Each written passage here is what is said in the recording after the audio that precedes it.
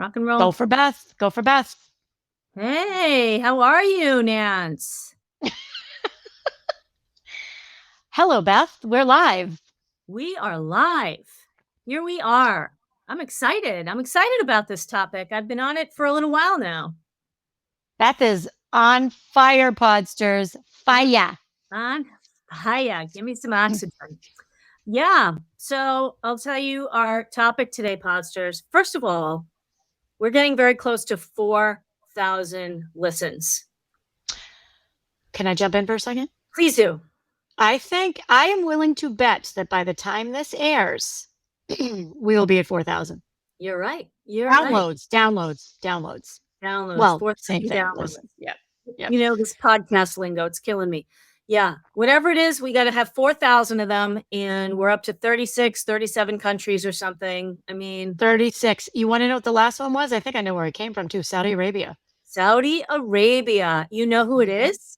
I think I do. I did a session and one of the women was from Saudi. Nice. And I'm hoping it was her. So if you are outside the US and you are listening to us and you like listening to us, let us know. Send us a note on either LinkedIn or Insta or our websites. I mean, we're everywhere. So please let us know. It's very exciting. Do you remember when we were excited about 16 countries? Yes. Yeah. Do you remember when we were excited about 100 downloads? Yeah, I do, actually. You get me emotional now. I'm getting emotional. Well, you know, I mean, our anniversary, I think, is in June, our 1 year. So we're going to have to look into that. And yep.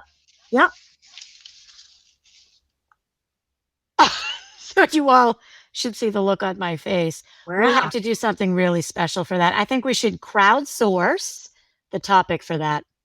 Oh, yeah. What should we talk about at the 1 year mark? Because, you know, what is the statistic, Nancy, that when people start podcasts, a certain percentage of them don't even make 6 episodes? Yeah. So most people, I think, I have the number somewhere, but my friend Kwame taught me that most people quit after 6 episodes. Yeah. Not us. No. And I remember exactly where I was. Remember I sent you that text when I learned, and you learned right after that we were top 25% on Spotify. That's right. Cray. So so please, everyone that's listening, we're going to crowdsource. We're going to figure out a way to do that. But if you have a topic that you've been wanting us to talk about, please shoot us a DM, anything. Let us know, because we're you know us. We'll talk about anything. Absolutely. Right. Okay. Take it away, Beth. All right. So back in the, I don't know, fall or late winter, I went to a conference at the Harvard Business School. It was about women in business. And I listened to a panel of women who all were either, you know, owners or managers, you know, or leaders in some capacity. And they were talking about how it's difficult as a woman in the office when people expected them to act differently because they were women. So this one woman gave this example that there was a man on her team, a gentleman, and she had just like led a meeting or whatever in the best way and most professional and respectful way that you run a meeting. And he had said to her later on, you know, I just wish you would, you know, maybe lighten up and tell some jokes or something. And it clearly expecting her to be more of this stereotypical passive woman who's there maybe to be a little more low-key, flirtatious. And then another woman was saying that she had a mentor who was working for her. He was an older gentleman, and suggested to her that she not dress so feminine. And I'm assuming that it was maybe a little bit frilly or something like that, because it wasn't professional. And so her answer was, well, it's just not professional because we haven't had any role models yet who just chose to dress that way. Mm-hmm. She's like, so who really is to say that it's not professional? So, you know, there are these expectations that people have in the workplace of how women should act, how they should be as leaders, what they should wear to be considered professional or not. And the bottom line is that I read a couple of articles that said both men and women react very differently when they get feedback or critique from a female boss slash leader manager, and that nobody's ever really happy with it. The men don't necessarily take it as seriously, and the women are, I guess, sometimes offended by it, right? Or they feel like they're being judged, or who does she think she is to tell me blah blah blah. And gosh, it's a tough rap, I think. What do you think, Nancy? What can you add?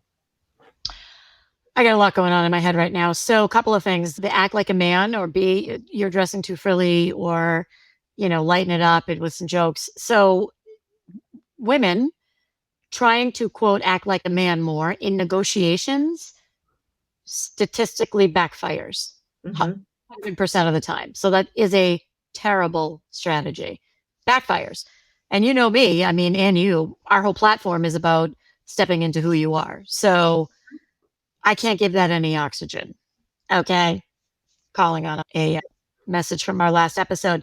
I think that so I live in this space, and my first thought, which I am not proud of, my first thought about people not appreciating feedback from a female boss, my first thought is the female boss overcompensating or getting in her own head? Is the feedback being delivered the same?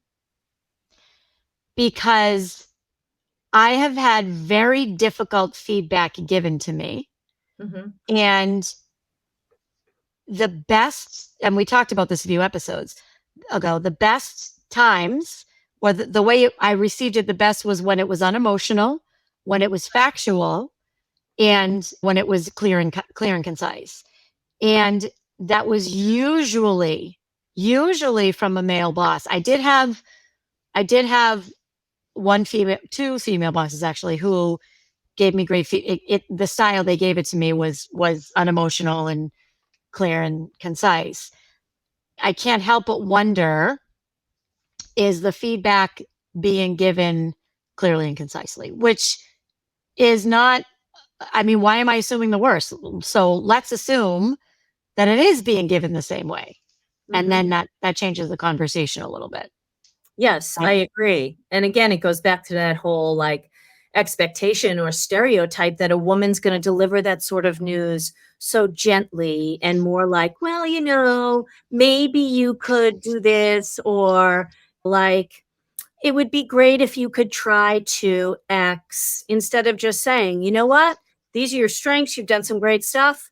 But I need some help over here. I need you to work on this, and I need you to, what's wrong with that? Like, that's partnering communication. That's equal communication, right? I feel like that's talking to the other person like we're on the same team together, But and I can see what you're saying too, though, Nancy, is that like women also, some women struggle to give factual feedback.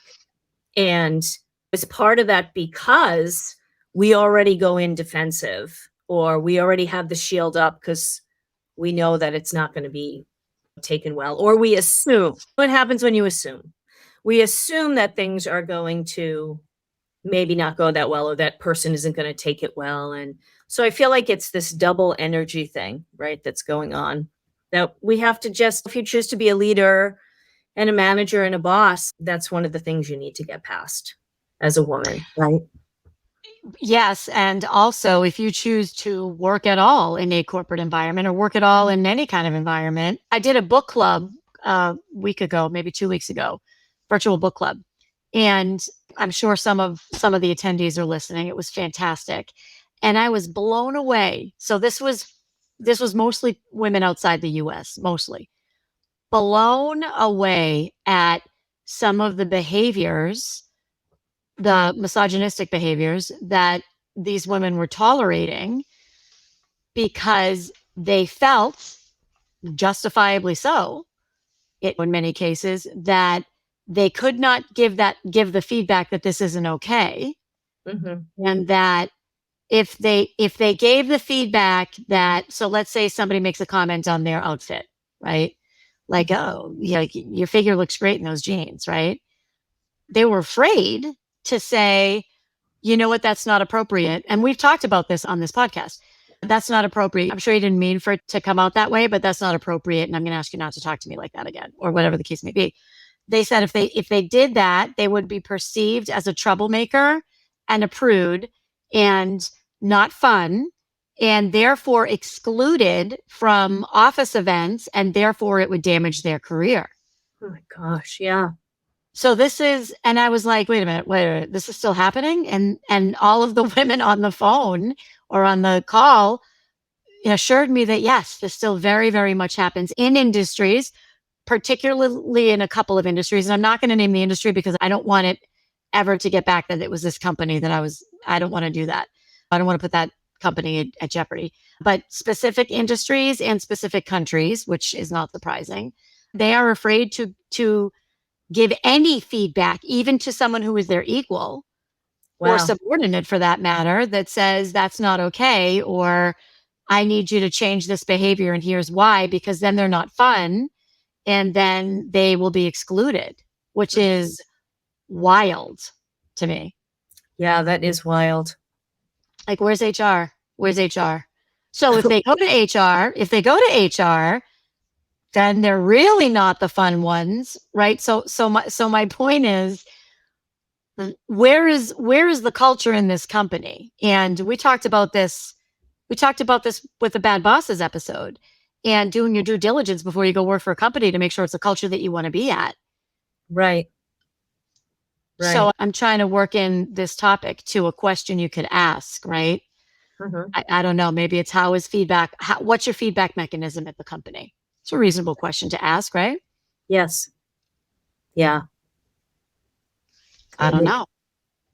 So what do you think is the solution?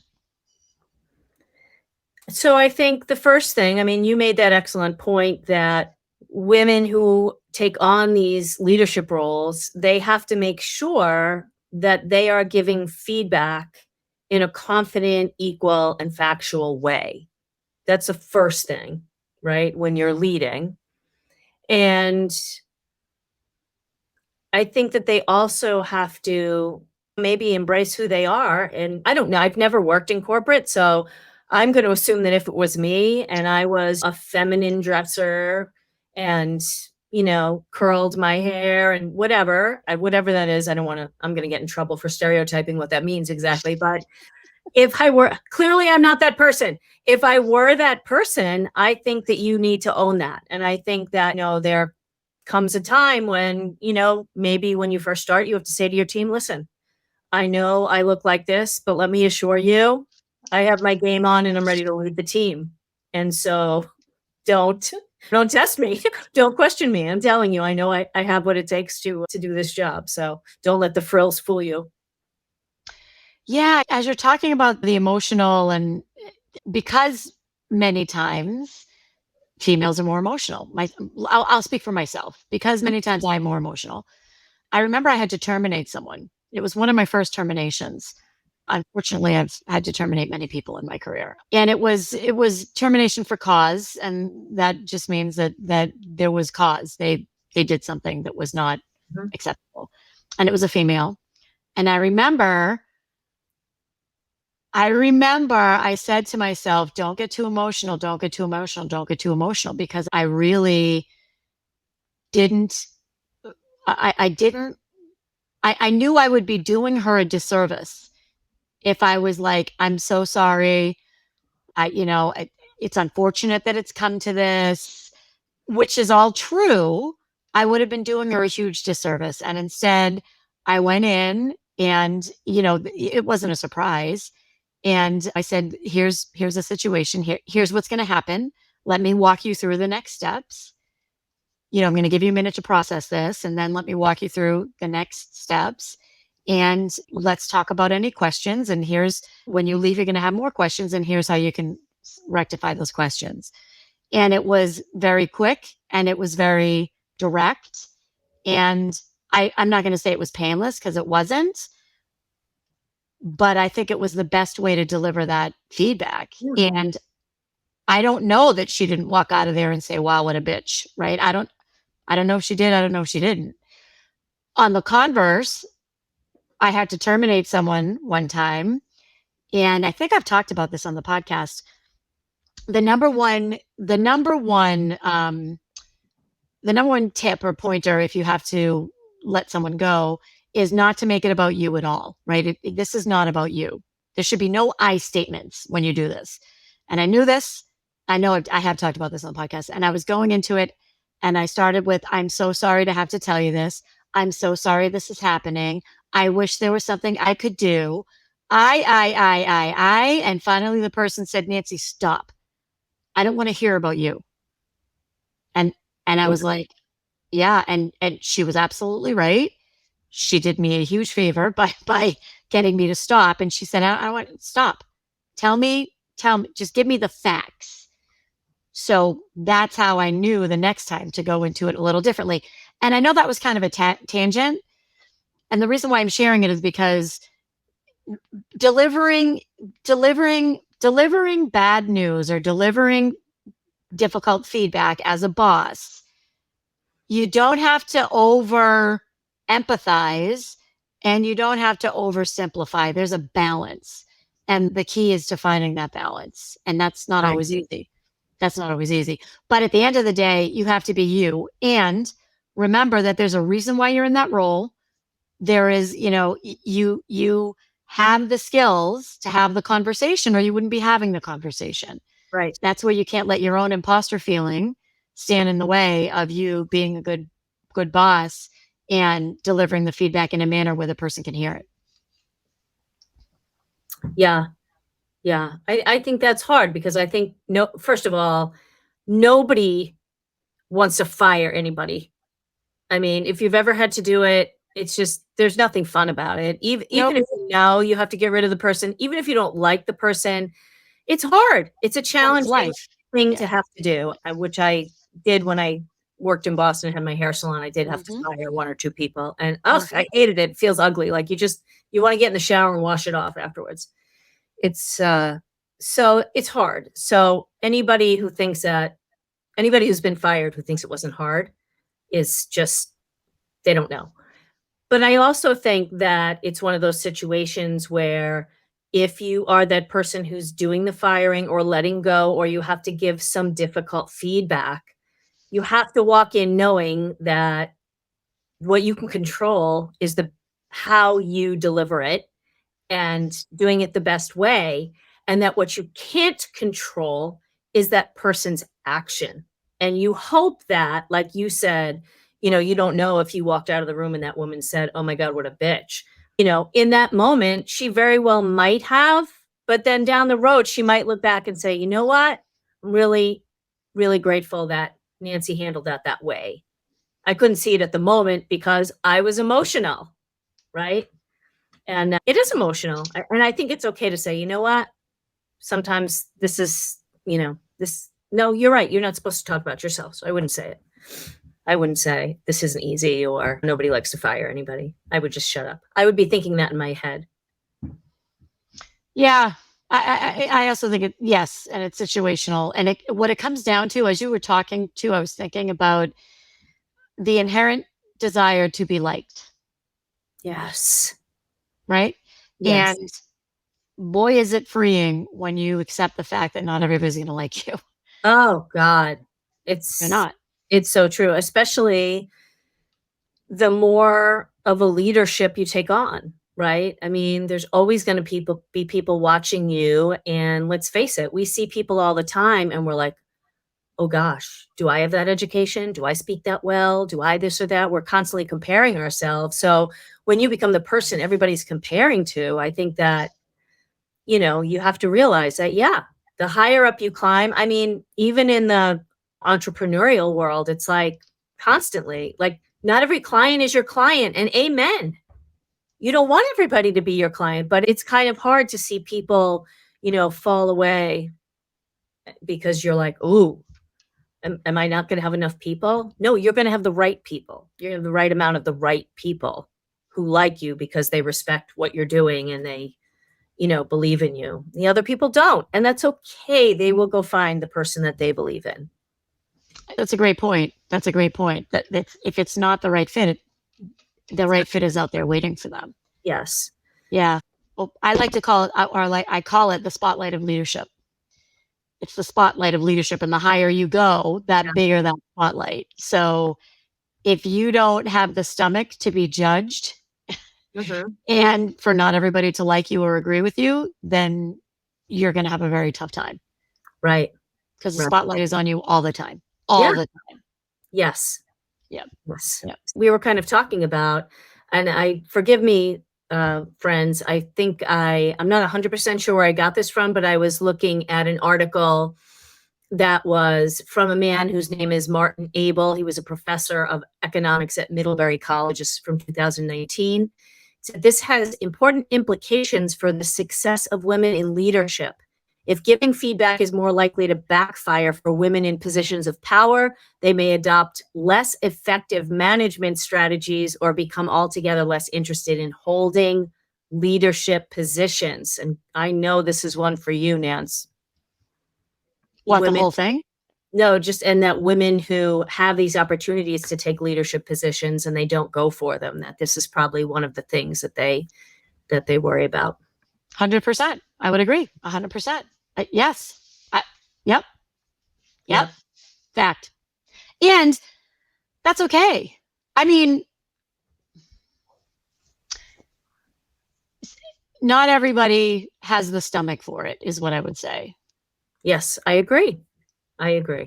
There's we won't even talk about the target on your back as you rise higher and higher in an organization, which sounds highly negative. And I would also suggest that it's also a reality. It's very easy to worry about yourself and only yourself. So Right. Well, that's and it's a time, right, when you really, really should work with a coach, I think, right? Because you're learning this balance of like high standards and expectations and holding people accountable, but also having some level of professional understanding and caring that's not doesn't fall into that emotional sector where people see it as a weak emotion, right? I mm-hmm. think that's it Yeah. too. It's like we often see expression of emotion as weak, which stinks a little bit, but It stinks. And now, even more after the pandemic, human connection has never been more important. right. So, this is again why I think females are excellent leaders. It's Mhm. inherent. The emotional connection is inherent. Again, I'm not saying that men have no emotion. I'm saying women have been socialized to take care of people and to make sure everybody is okay. And managing that and balancing that with running the organization is the sweet spot. Mm, That's the sweet spot, is being able to manage that inherent, human connection with, and we have a job to do. That's right, the sweet spot. Yeah. right. Cool. All right. Woo. So any calls to action here? Let's see, any calls to action. So we should probably do the call to action for somebody who has a female boss and for someone who is the female boss, right? So, Sure.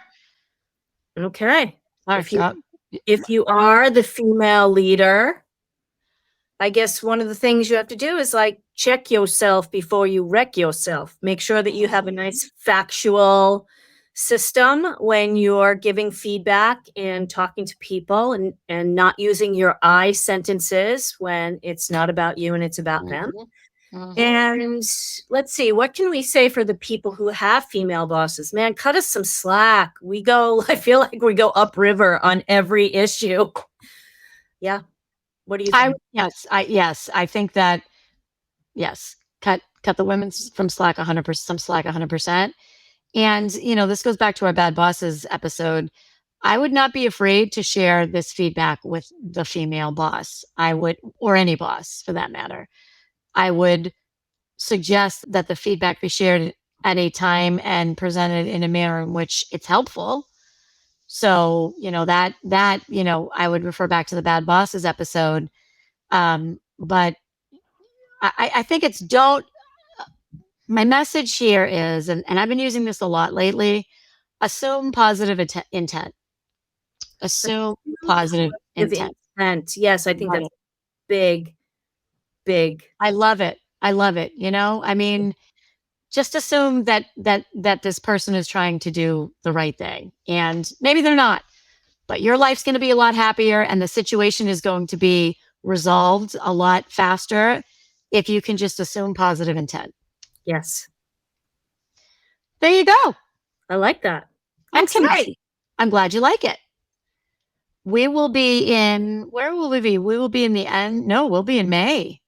We will be May. we will be We're in May. We're in May. We're in May. Yeah, we're in May. Great. Gosh. Yep. We're So coming up on the anniversary. So was that the last episode or this episode where we talked about our 1 year anniversary? oh gosh. Remember. Okay. So we're coming up on our 1 year podiversary, Podsters. It was this episode. Yeah. I think we have to go live that day. Well, I did put it out there that we were going to go live every week, and unfortunately that got torpedoed. Okay, we'll go live. Great. LinkedIn Live. LinkedIn Live. Yep. In June. More details to come. Be on the lookout. If you're not following us on the LinkedIn or the Insta, find us, follow us. Our handles are in the notes, and that's where we'll be announcing the date and time of the special live broadcast. Yeah. All right. Peace out. See ya.